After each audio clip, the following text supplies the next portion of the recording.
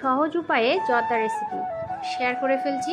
প্রথমে বাসমতি চাল ভালোভাবে পানি দিয়ে ধুয়ে ভিজিয়ে রাখবেন এবং এটি পাত্রের মধ্যে কিছুটা পানি গরম করে এর মধ্যে লেমন স্লাইস এবং প্রয়োজনীয় কিছু মশলা দিয়ে নেবেন আর জর্দা কালার, হ্যাঁ অবশ্যই ফুড কালার অ্যাড করবেন।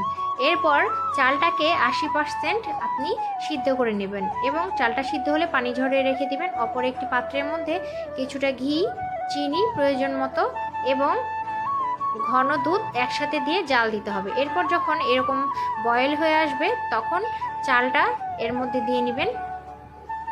তারপর এই যে দেখেন কিছুটা যখন পানি শুকিয়ে আসবে তখন ড্রাই ফ্রুটস আপনি আপনার পছন্দ মতো দিয়ে নেবেন এবং ঢাকনাতে অবশ্যই একটি কাপড় জড়িয়ে এভাবে দমে রেখে 15 মিনিট মতো লো আঁচে দিয়ে রান্না করে নেবেন।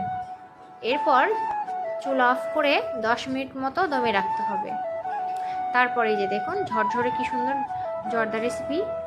আপনি রেসিপিটা যদি ভালো লেগে থাকে অবশ্যই লাইক ফলো দিয়ে পাশে থাকবেন এবং রেসিপিটা কেমন লাগলো অবশ্যই কমেন্টে জানাবেন।